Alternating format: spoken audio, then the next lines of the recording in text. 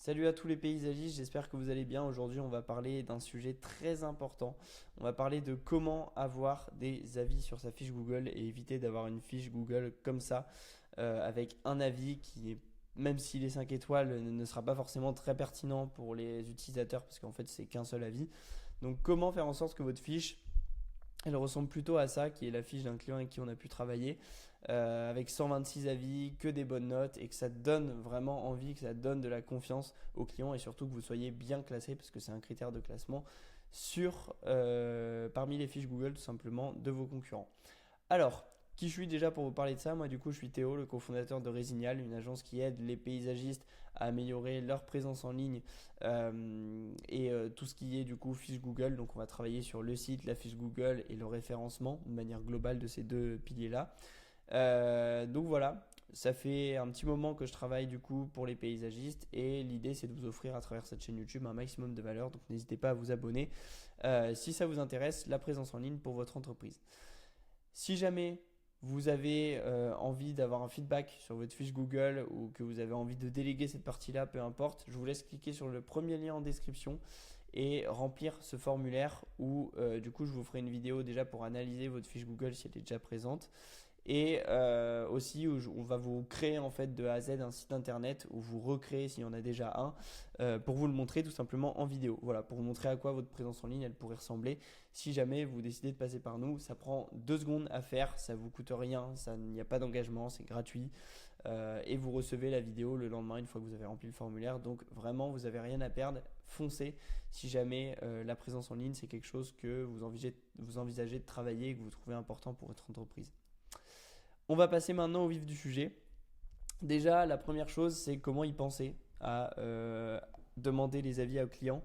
Alors, je ne peux pas, pour le coup, y penser à votre place.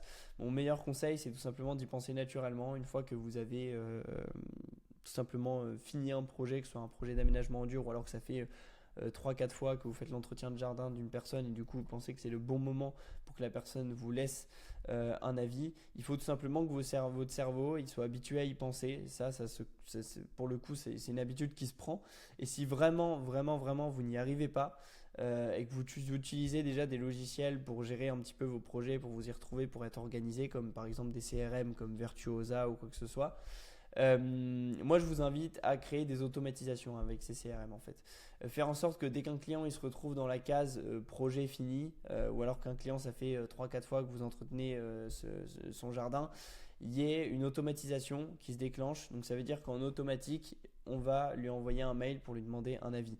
C'est la meilleure manière de le faire. Comme je dis souvent, si vous n'y pensez pas, la meilleure manière d'y penser, c'est tout simplement de l'automatiser, de faire en sorte que vous ayez même pas à y penser, que ce soit automatique. Donc ça, c'est ce que nous aussi on propose avec notre offre de logiciel. Donc c'est-à-dire qu'une fois qu'on aura créé le site internet, la fiche Google, et ben tout simplement si le client le souhaite, il peut avoir accès à un logiciel où tout ce qui est demande de devis, ça se fait demande d'avis, pardon, ça se fait en automatique, tout ça.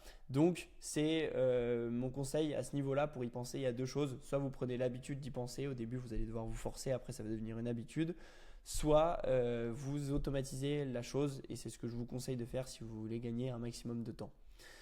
Qu'est-ce qu'il faut envoyer dans votre mail pour que le client laisse un avis? C'est tout simplement envoyer ce qui se trouve ici. Donc quand vous allez sur votre fiche Google, ici avec le compte qui vous permet de gérer cette fiche Google, vous pouvez cliquer ici sur demander des avis et ce que vous devez envoyer au client, c'est ce lien-là en fait. Pourquoi ce lien-là? Parce que pour éviter de juste lui demander un avis sans rien, sans lien, sans rien, et que du coup il est lui-même à aller sur votre fiche Google, à aller dans les avis et à le rajouter lui-même, là vous lui envoyez ce lien. Dès qu'il le met, il va directement tomber sur la page pour vous mettre un avis. Donc c'est beaucoup plus simple pour un client de le faire de cette manière-là et ça peut vraiment, si vous ne l'avez pas déjà mis en place, booster vos nombres de demandes d'avis. Voilà, là on a parlé un petit peu du basico-basique. Maintenant on va parler vraiment des choses un petit peu plus poussées, on va dire, des petites astuces qu'on n'a pas l'habitude de recevoir sur une vidéo YouTube pour ces demandes d'avis. Du coup, premièrement, première chose dont je voulais vous parler, donc les automatisations, c'est fait.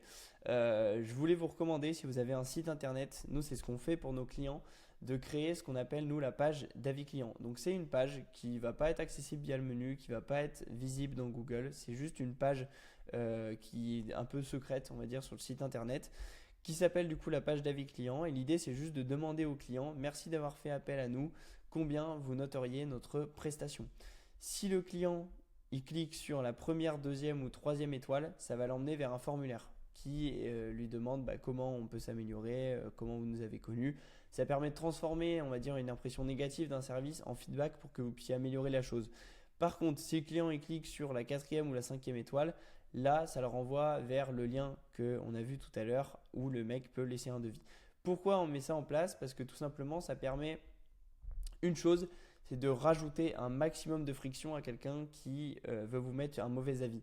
En fait, dans votre mail, pour demander un avis ou peu importe, enfin oui, ce sera certainement un mail que vous envoyez au client ou le texto, peu importe, vous allez mettre le lien de cette page-là.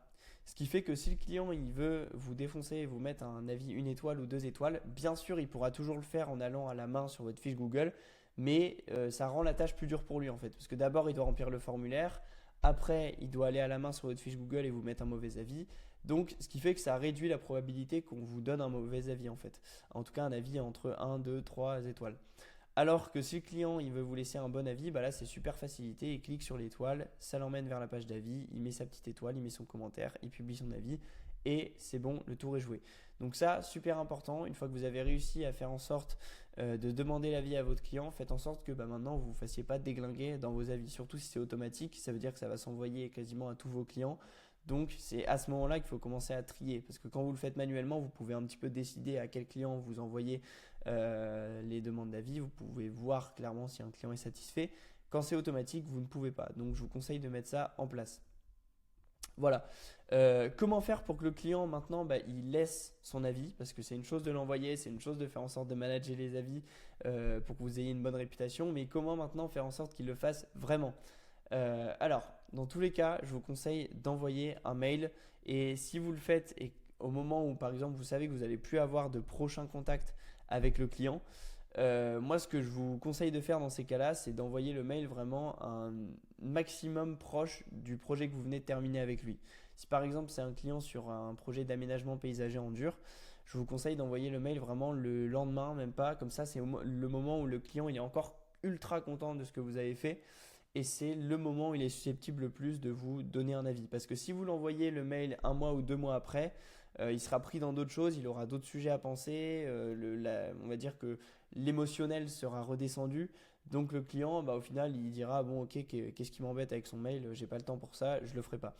Donc voilà, en tout cas rares sont les clients qui le font. Si c'est un client que vous revoyez, c'est vraiment une aubaine. Dans ces cas-là, je vous conseille de quand même envoyer le mail, bien sûr.